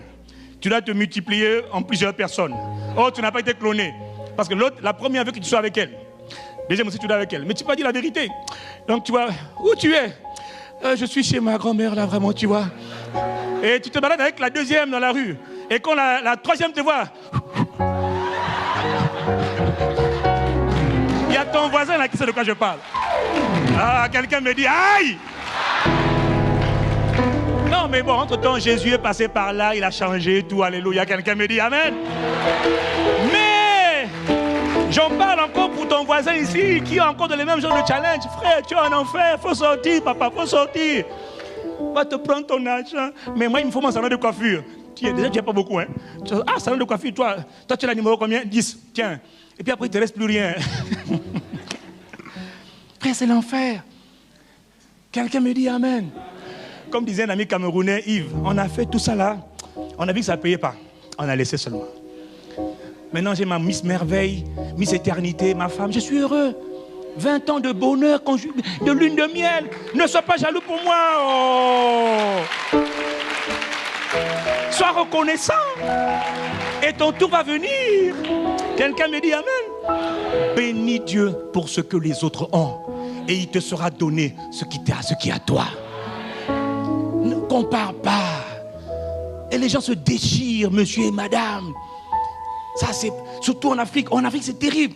Quand la femme a le malheur de gagner plus que son mari. Oh, mon Dieu, mon Dieu, mon Dieu. Et quand l'homme, la plupart des hommes aussi sont inconscients et ignorants. Seigneur, oh Dieu, ma femme gagne plus que moi. Seigneur, agis. Seigneur, agis, interviens. Délivre-moi de la belle famille qui m'oppresse. Oh Dieu, oh Nzambe. Tu sais quoi? N'as-tu pas remarqué qu'il n'a toujours pas intervenu? Pourquoi? Tes motivations sont mauvaises. Qu'est-ce que... Moi, j'ai commencé à travailler, ma femme gagnait plus que moi. Parce que moi, j'étais dans la haute école de la souffrance, HES. Pendant que j'étais dans la haute école de la souffrance, elle aussi, moi j'étais au niveau maîtrise, elle était au niveau DEUG. Donc elle rapportait $500 par mois. Ingénieur, polytechnique. Elle aussi, c'était la misère. Mais c'était moins misérable que moi. Moi, j'avais même pas $10 par mois. C'était la gaga, c'était la galère. Et Abby gagnait plus que moi à un moment donné pendant 1 an. Je ramenais à la maison 0 revenu. Mais vous savez quoi? Je ne connaissais pas ces lois-là, mais je les appliquais sans les connaître. Tu sais, parfois on applique des choses inconsciemment parce qu'on est conduit par l'esprit. On est conduit par l'esprit. Je passais mon temps à dire, Seigneur, merci pour cette situation qui n'est que passagère. Je te loue de ce que je sais que tu me feras sortir de là. Quand je sortirai de là, Père, glorifie ton nom dans ma vie. Tout ce que je veux, c'est te faire plaisir. Mais moi, je vous l'ai déjà dit, Dieu m'a fait passer par cette école parce que j'étais trop orgueilleux, papa. J'étais prétentieux, gonflé avec un G gros, G majuscule. Il y en a qui sont gonflés avec des petits G minuscules. Nous, c'était les majuscules. Frère, et il fallait que Dieu... il percute du gauche, il percute du droit, il percute à terre. Il dit, Seigneur, oui, prends tout, Seigneur, je me livre à toi. Oui, prends tout, Seigneur, entre tes mains, j'abandonne tout avec bonheur. En vérité, je n'avais pas le choix. C'était pas avec bonheur. Je n'avais pas le choix. J'avais juste compris que Dieu était en train de me briser, me façonner. Dieu ne lève pas celui qui n'a pas façonné. Le monde peut te lever, pas Dieu. Oh, quelqu'un me dit amen. Parce qu'il doit te façonner pour t'assurer, pour s'assurer que quand il te distinguera, tu ne te compareras pas aux autres. Et tu lui rendras la gloire à lui et à lui seul. Jamais un homme, mais Dieu seul. Oui, en tout. Pourquoi Je gagne moins. Pourquoi il a plus? Pourquoi? Arrête les pourquoi. C'est de l'ingratitude. Repens-toi. Parce que si tu continues, tu vas perdre ce qu'il t'avait donné comme grâce. La santé même, il te l'avait donné, tu vas la perdre. Les enfants, tu vas les perdre. Le travail, tu vas les perdre. Pourquoi? Pas parce que Dieu veut, c'est parce que tu violes la loi de la gratitude. Il te donne un peu, sois reconnaissant. Humilie-toi. C'est pas beaucoup, mais c'est déjà le peu. Dieu, tu as déjà vu un être humain commencer? Tu as déjà vu un être humain que Dieu met sur la terre? Pouf, il est adulte. Non, Dieu commence toujours petit. Dieu commence toujours à l'état embryonnaire. Mais alors qu'il commence à l'état, il te donne un peu seulement. Rends grâce à Dieu. Et quand tu rends grâce, il multiplie. Quand tu es ingrat parce que tu as reçu un peu, il enlève le peu que tu avais. Dis à ton voisin, rends grâce à Dieu. Parce que tu vois, en critiquant, en comparaison, en comparant ce que tu as avec les autres, quel que soit ce que tu as, je t'en supplie, ne compare jamais. Bénis Dieu. Peux-tu lever les mains? Bénis Dieu. Il y en a qui ne peuvent pas le faire. Peux-tu parler? Bénis Dieu. Il y en a qui ne peuvent pas parler. Et ensuite, c'est qu'il y a des gens qui, tous les jours, n'ont personne à qui même dire bonjour parce qu'ils sont internés, ils sont enfermés, ils n'ont rien. Toi, au moins, il y a quelqu'un qui peut te dire bonjour monsieur, bonjour madame. Rends grâce à Dieu. Ce n'est pas un acquis. Rien ici-bas n'est un acquis. Tout est grâce de Dieu. Quelqu'un me dit amen. Et n'oublie pas que toutes les fois que tu as critiqué, que tu as comparé, tu as murmuré contre la bonté de Dieu, la souveraineté de Dieu. Tout le monde n'est pas pareil, mais tout le monde a quelque chose de la part de Dieu. Dieu peut faire de tout le monde quelque chose ou quelqu'un. Le problème, c'est notre attitude de gratitude. Pour vous montrer jusqu'où va, pour vous montrer l'importance de savoir compter les bienfaits de Dieu, de savoir regarder à ce que Dieu te donne. Je vais vous montrer une vidéo de 8 minutes. Elle va vous montrer simplement, elle va te permettre de te rendre compte, mon frère, ma soeur, que contrairement à ce que tu crois, tu as quelque chose. Et tu as beaucoup reçu. Tu dis j'ai peu, tu as beaucoup. Le problème, c'est que tu as méprisé les petites choses pour ne chercher que les grandes choses. Et tu as oublié qu'il ne faut jamais négliger les petits commencements. Parce que tout ce que Dieu va faire de grand commence toujours petit. Mais Dieu ne peut multiplier que lorsque tu apprends à dire merci pour le peu que tu as. Alors je vous invite à regarder cette vidéo et vous allez vous rendre compte à quel point, finalement, dans la vie, tout est relatif. Personnes extraordinaires. Leur capacité, leur talent, ou simplement leur sourire. Quand j'ai rencontré Nick Vujicic pour la première fois, j'ai su que je venais de rencontrer quelqu'un d'extraordinaire.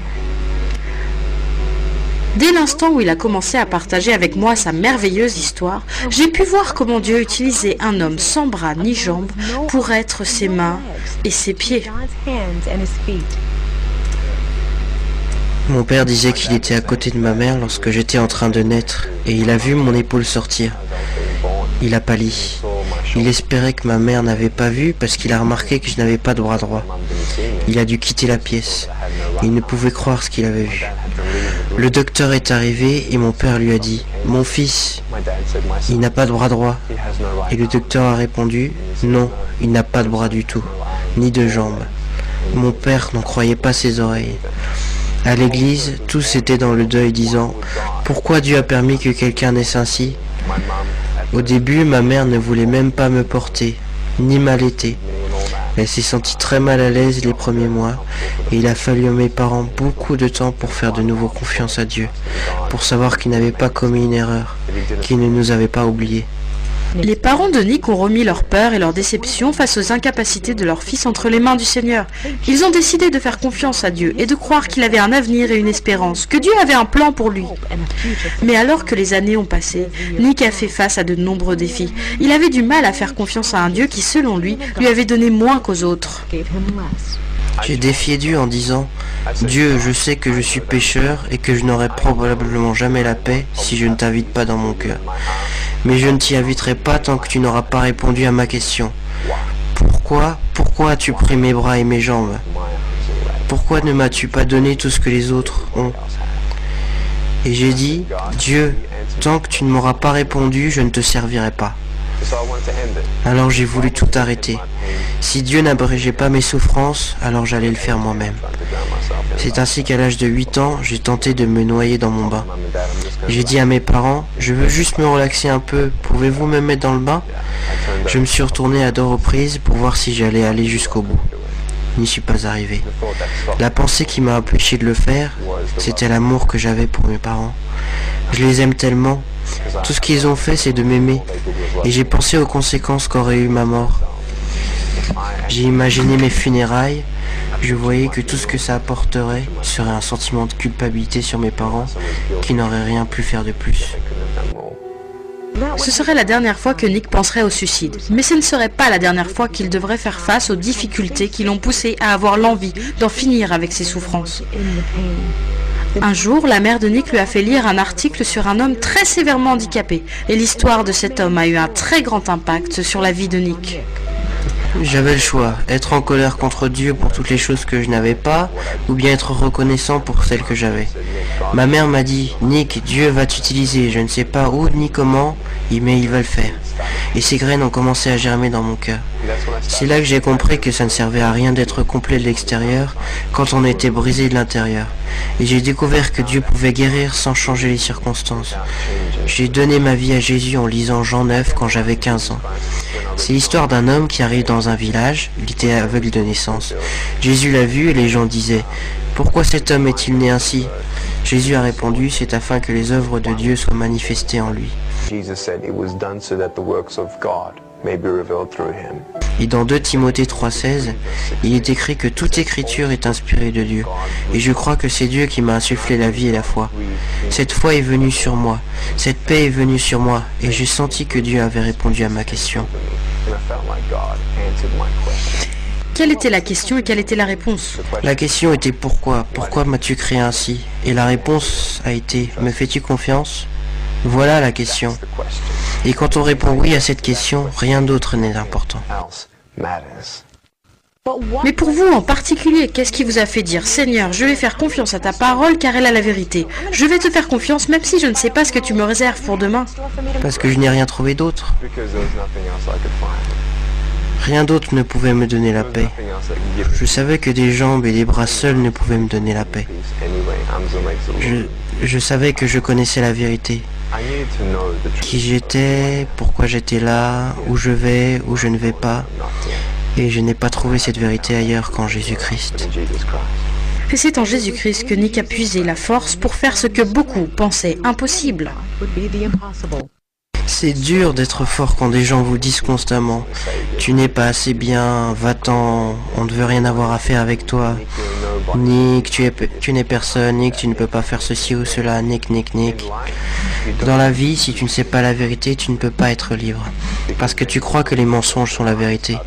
Mais on réalise qui nous sommes en vérité en lisant la parole de Dieu. Je ne suis pas un homme sans bras ni jambes. Je suis un enfant de Dieu. Je suis pardonné mes péchés. Je suis ambassadeur du roi des rois, du Seigneur des seigneurs. Je ne suis rien d'autre qu'un serviteur du Dieu très haut. Ça n'a rien à voir avec Nick, ni les capacités de Nick à devenir un conquérant.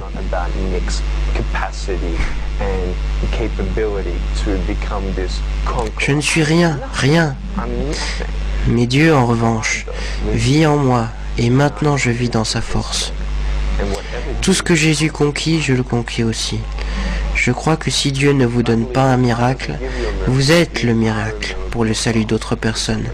Et je remercie Dieu de ne pas avoir répondu à ma prière, quand je le suppliais à l'âge de 8 ans, de me donner des bras et des jambes. Parce que, devinez quoi? Du fait que je n'ai ni bras ni jambes, Dieu m'utilise partout dans le monde. Et ces 6 ou 7 dernières années, nous avons vu approximativement 200 000 âmes se tourner vers Jésus-Christ pour la première fois. Nick, préférerais-tu avoir des bras et des jambes ici sur Terre? Non, c'est selon la volonté de Dieu. Parce que je préfère ne pas avoir temporairement de bras et de jambes ici sur Terre et pouvoir gagner quelqu'un pour Jésus-Christ et passer l'éternité avec eux. Ces 10 dernières années, Nick a partagé son histoire dans 24 pays et a atteint plus de 3 millions de personnes. Qu'il parle dans un stade bondé de monde ou à une personne en particulier, son cœur derrière le message est le même. Dieu vous aime. Il n'a pas oublié votre souffrance. Il n'a pas oublié votre famille. Et peut-être qu'en regardant cette interview, vous avez comparé votre souffrance à la mienne. Mais l'espoir n'est pas dans le fait de savoir que, selon votre opinion, quelqu'un est plus malheureux que vous. L'espoir n'est pas là, mais l'espoir est dans le nom de Dieu, le nom du Seigneur Jésus-Christ. L'espoir est de comparer votre souffrance à l'amour incommensurable et la grâce infinie de Dieu. Ésaïe 40, 31 dit « Ceux qui s'attendent à l'Éternel renouvelleront leur force. Ils s'élèveront avec des ailes comme des aigles. » Je n'avais pas besoin que mes circonstances changent. Je n'avais pas besoin de bras et de jambes. J'ai besoin des ailes du Saint-Esprit et je vole, parce que je sais que Jésus me tient debout. N'abandonnez pas Dieu, car lui ne vous abandonnera jamais.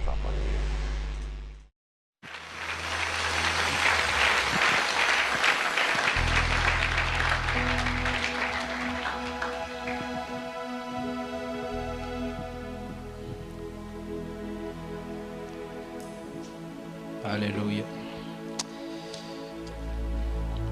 Voyez vous-même qu'il y a des situations, il y a des choses, certaines choses que tu vois, finalement, qui te font relativiser tout. Tout dans la vie est relatif. Alors qu'as-tu que tu n'aies reçu? Pourquoi te compares-tu toujours aux autres? Tu voulais te comparer aux autres? Alors compare-toi au frère Nick que tu viens de voir. Et fais un bilan donc de ce que tu as, mon frère. Fais un inventaire de ce que tu as, de ce que tu as reçu. Tu disais que tu avais reçu peu? Peut-être. C'est relatif. Tu penses que tu as reçu beaucoup? C'est aussi relatif. Qu'importe ce que tu as reçu, qu'importe ce que tu as, rends grâce à Dieu. Rends grâce à Dieu. Il y a des images qui n'appellent pas de commentaires, parce que les mots ne sont pas suffisants, parce qu'en vérité on n'a rien à dire, parce que qu'est-ce que tu pourrais encore dire? As-tu donc un sujet pour lequel tu veux te plaindre? As-tu encore un sujet pour lequel tu veux blâmer Dieu? Tu veux remettre en cause la justice de Dieu, la bonté de Dieu, l'amour de Dieu? As-tu encore quelque chose pour lequel tu voudrais critiquer Dieu? Mon frère, rends grâce à Dieu. Il a dit, les premiers seront les derniers et les derniers seront les premiers. Ceux qui passent leur temps à comparer ce qu'ils sont, ce qu'ils ont avec les autres, finiront par tout perdre dans la vie. Ils finiront par tout perdre, tout voir disparaître dans leur vie, juste parce qu'ils n'ont pas su rendre grâce. Mais nous, les vivants, nous qui comprenons ces choses, ce matin, je vous invite à incliner la tête en signe de révérence envers Dieu. Simplement là où nous sommes arrivés à la fin de ce service. Je vous invite juste vous laisser le temps de réfléchir. Réfléchir. Parce qu'il y a des mots que nous ne savons pas dire. Alors moi, je voudrais simplement dire au Seigneur merci. Maintenant, me repentir. Repens-toi pour les mauvaises pensées que tu as eues pendant tellement longtemps. Tu passais ton temps à te comparer aux autres, à comparer ce que tu avais, les privilèges, les grâces, les atouts, à ceux qui n'avaient rien du tout. Mon frère, ma soeur, repens-toi. C'est l'heure de la repentance. C'est l'heure de se remettre en cause, de se remettre en question. C'est l'heure de dire à Dieu notre Père, Seigneur, pardonne-moi. Je t'ai méprisé dans mon cœur. Je croyais connaître, or je ne connaissais pas. Je croyais comprendre, mais je ne comprenais pas. J'ai violé la loi de la gratitude. Seigneur, mon Seigneur, je te demande humblement pardon. Je m'humilie Je me soumets, je me repens.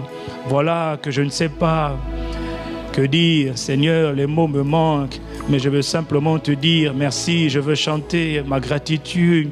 Je veux te dire ma gratitude, mon Père, mon Seigneur. En murmurant simplement, et non pas en chantant vraiment à haute voix, en murmurant dans un esprit de repentance et en même temps dans un esprit de gratitude, mon frère. Je t'invite à rentrer en toi-même. Rentre en toi-même ce matin. Ne regarde pas à gauche, ne regarde pas à droite. Regarde simplement dans ton cœur. Dieu est là et il entend et il frappe à la porte de ton cœur. Et il a dit, si tu entends ma voix, ouvre-moi la porte de ton cœur. Je ne veux pas ta main, tu n'as rien à me donner avec ta main. Je ne veux pas tes trésors, je ne veux pas ton argent. Je veux ton cœur. Offre à l'Éternel ton cœur, mais offre à Dieu un cœur reconnaissant.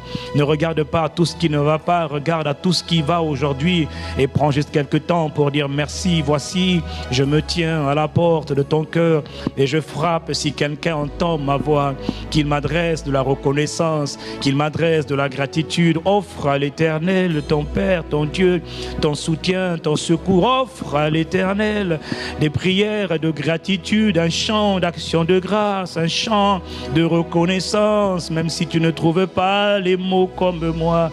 Mais au moins, Dieu ne regarde pas tant les paroles qui sortent de ta bouche que l'expression d'un cœur qui est repentant, d'un cœur qui est reconnaissant. Détourne-toi de cet esprit de comparaison qui est un esprit d'ingratitude. Cet esprit de comparaison, c'est de l'ingratitude que Dieu rejette, que Dieu te demande de haïr. Rejette ces pensées d'ingratitude qui viennent souvent le matin comme le soir, comme le midi, de saison en saison, jour après jour. Tu te compares aux autres. Rejette l'esprit de comparaison. Non, je bénirai l'Éternel en tout temps. Je célébrerai le nom de celui que mon cœur aime, le nom de mon Sauveur, car sa bonté vaut mieux que la vie. Oui, les mots me manquent, je ne sais pas comment le dire. Alors Père, de grâce et d'amour, je veux te dire, les mots me manquent pour te louer. Je veux te dire ma gratitude. Qu'est-ce que je peux encore dire ce matin, mon Père? Oh, j'ai les mots me manquent. Je veux te dire ma gratitude ce matin. Quand je songe à ma vie, je songe à tout ce que tu as fait depuis le jour où tu m'as mis dans ce monde, depuis le jour où tu m'as appelé. Je ne sais pas comment le dire, mais je veux te dire, les mots me manquent. Depuis le jour où tu m'as appelé des ténèbres à moi, ton admirable lumière.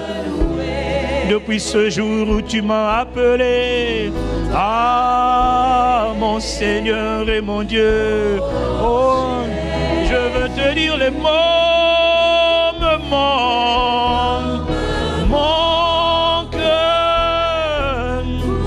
Je veux te dire ma gratitude ce matin. Entends l'expression de mon cœur. Oh, oh, les mots me manquent. Je ne sais pas comment le dire ce matin. Je ne sais pas qu'est-ce que je peux dire pour te dire merci, mon Père, mon Père. Je croyais que je n'avais rien. Je croyais que je n'avais pas reçu.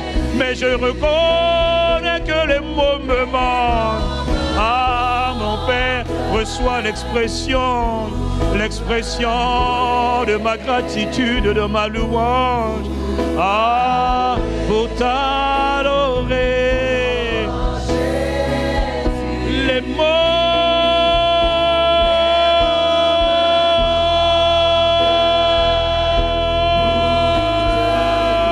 mon Père, mon Seigneur, je veux dire ce matin, oh Jésus, les mots me manquent, mon Seigneur et mon Dieu, voici ce matin, notre Père et notre Dieu, je viens avec mon frère, je viens avec ma soeur, avec un cœur rempli de gratitude et de reconnaissance pour tout ce que tu es. Non, tu ne t'es pas trompé lorsque tu m'as créé. Non, tu ne t'es pas trompé lorsque tu m'as appelé. Non, tu ne t'es pas trompé, je le reconnais, j'ai murmuré avec mon frère, avec ma soeur, j'ai murmuré, j'ai critiqué, j'ai eu l'esprit de comparaison pour oser comparer ce que j'avais, ce que j'étais à mes frères, à mes soeurs, à mes voisins, à mes voisines, à mes grands frères, mes grandes soeurs, mes petits frères, mes petites soeurs. Ce matin, je comprends, Seigneur, je vois mes erreurs, je m'humilie, je me repens, notre Père et notre Dieu, nous te supplions. Ah, Seigneur, là, nous t'implorons, Seigneur, pardonne-nous nos fautes, pardonne-nous nos égarements, notre ignorance chronique, pardonne-nous. Ah, Seigneur, nous ne savions pas tout, nous te supplions, pardonne-nous. Mais magnifique Saint-Esprit, Seigneur, tu as dit dans ta parole, si mon peuple sur qui est invoqué mon nom s'humilie, prie et cherche ma face, et s'il se détourne de ses mauvaises voies, alors du haut des cieux, j'écouterai sa prière, je guérirai son pays, je restaurerai sa maison, je restaurerai son foyer, je guérirai sa famille, je guérirai ses affaires, je guérirai ses enfants, je guérirai son âme, je guérirai son cœur, je guérirai son corps, si seulement il s'humilie, si seulement il m'invoque avec un cœur sincère, avec un cœur pur, j'exaucerai du haut des cieux et je bénirai ta maison, je guérirai ton pays, notre Père et notre Dieu. Ce matin, nous voulons te dire merci. Ce matin, nous voulons te dire merci. Ce matin, les mots ne sont pas suffisants, nous en sommes conscients. Voilà pourquoi notre Père et notre Dieu, nous nous humilions tels que nous sommes. Ta bonté, elle vaut mieux vraiment que la vie. Nous qui pensions que la vie, c'était avoir 2 bras, 2 jambes, 2 pieds, des mains, des yeux, des oreilles. Finalement, et beaucoup se sont vantés de ce qu'ils ont la vie parce qu'ils ont des biens, des possessions, des femmes, des enfants en abondance, des maisons, alors que toutes ces choses ne sont que n'ayant vanité, poursuite du vent. Notre Père, qui est dans les cieux, nous nous humilions humblement. Nous reconnaissons nos fautes, nous reconnaissons nos manquements, nous reconnaissons notre misère, nous reconnaissons que finalement, c'est vrai, c'est ta bonté qui vaut mieux que tout. Je reconnais que la bonté de Dieu, elle vaut mieux que tout. Elle est plus précieuse que tout. Parce que c'est la bonté de Dieu qui me rend capable d'être ce que je suis aujourd'hui et qui me rendra capable d'être ce que je serai demain. Ce n'est pas mes diplômes, ce n'est pas mes compétences, ce n'est pas ma face, ma race, ma grâce, ce n'est pas toutes ces choses. C'est uniquement, je le reconnais, la bonté miséricordieuse, l'amour incompréhensible, insondable, inexplicable de Dieu notre Père qui a créé tout l'univers dont la terre, notre Père et notre Dieu. Non pas à nous mais à ton nom, nous voulons dire merci. Non pas au pasteur jamais mais à ton nom, nous voulons donner gloire. Non pas à l'église mais à ton nom, nous voulons donner gloire. C'est toi qui nous as fait. Nous sommes ton peuple et le troupeau de ton pâturage. Tu as eu compassion de nous. Jour après jour, ta grâce nous a secourus. Ta main nous secourt. Quand je dors le soir, ce n'est pas, Seigneur, ce n'est pas mes pratiques, ce n'est pas mes œuvres, ce n'est pas mon nom qui me garde. C'est la bonté de Dieu qui me soutient, qui me garde, qui me secourt. Le matin, le midi, le soir, 24 heures sur 24. Depuis le jour où tu m'as appelé, depuis le jour où tu m'as fait naître dans ce monde. Si je suis encore en vie aujourd'hui, quel que soit l'état dans lequel je suis, je vais marquer une pause aujourd'hui et te dire simplement merci.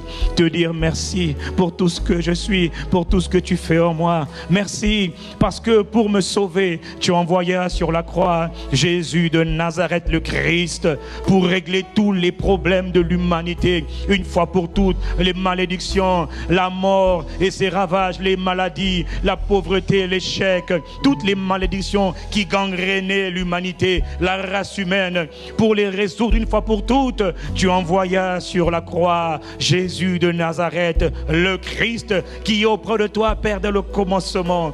Notre Père et notre Dieu, nous voulons te dire merci. Parce que c'est par ce sacrifice que nous sommes là où nous sommes. Nous ne sommes pas là comme un club. Nous sommes là parce que nous avons été lavés par le sang de l'agneau. Nous sommes plus blancs que le sang de l'agneau, plus blancs que neige, rachetés par la grâce de Dieu, sauvés par la grâce de Dieu, pas par nos mérites, pas par nos efforts, mais par les compassions de Dieu, par la bonté de Dieu, par la fidélité de Dieu. Voici pourquoi, Seigneur, ce matin, nous ne voulons pas être ingrats. Non, nous sommes reconnaissants. Tu as donné ta parole. Nous avons entendu ta parole. Et maintenant, notre Père, et maintenant, notre Dieu, nous voulons te dire merci. Non pas à nous, mais à ton nom. Nous voulons donner gloire, honneur, acclamation. Y a-t-il quelqu'un qui est simplement reconnaissant? Pas beaucoup de bruit, simplement reconnaissant. En acclamant le nom de celui que nos cœurs aiment, de celui que notre cœur aime. Y a-t-il un adorateur dans ce lieu? Y a-t-il un adorateur qui l'acclame? Que ceux qui aiment Dieu, qu'ils acclament Dieu. Que ceux qui sont rachetés, qu'ils acclament Dieu. Que les fidèles acclament Dieu. Que les élus acclament Dieu. Que ceux qui ont été choisis acclament Dieu. Que ceux qui ont été sauvés acclament en signe, en l'honneur de son nom, en signe de gratitude. Que tout ce qui est vie, que tout ce qui respire loue le Seigneur. Acclame le Seigneur. Acclamons le nom du Seigneur. D'âge en âge, de génération en génération, ses œuvres sont parfaites, ses œuvres sont belles, elles sont admirables, et mon âme le reconnaît, car sa bonté vaut mieux que la vie, sa fidélité envers toi dure de génération en génération. À lui seul, à Jésus de Nazareth, à notre Père et à notre Dieu, à l'Esprit du Dieu vivant, soit l'honneur, la louange et la gloire, hier, aujourd'hui et à jamais. Quelqu'un lui donne gloire, quelqu'un lui donne gloire dans l'assemblée des saints. Y a-t-il quelqu'un avec moi?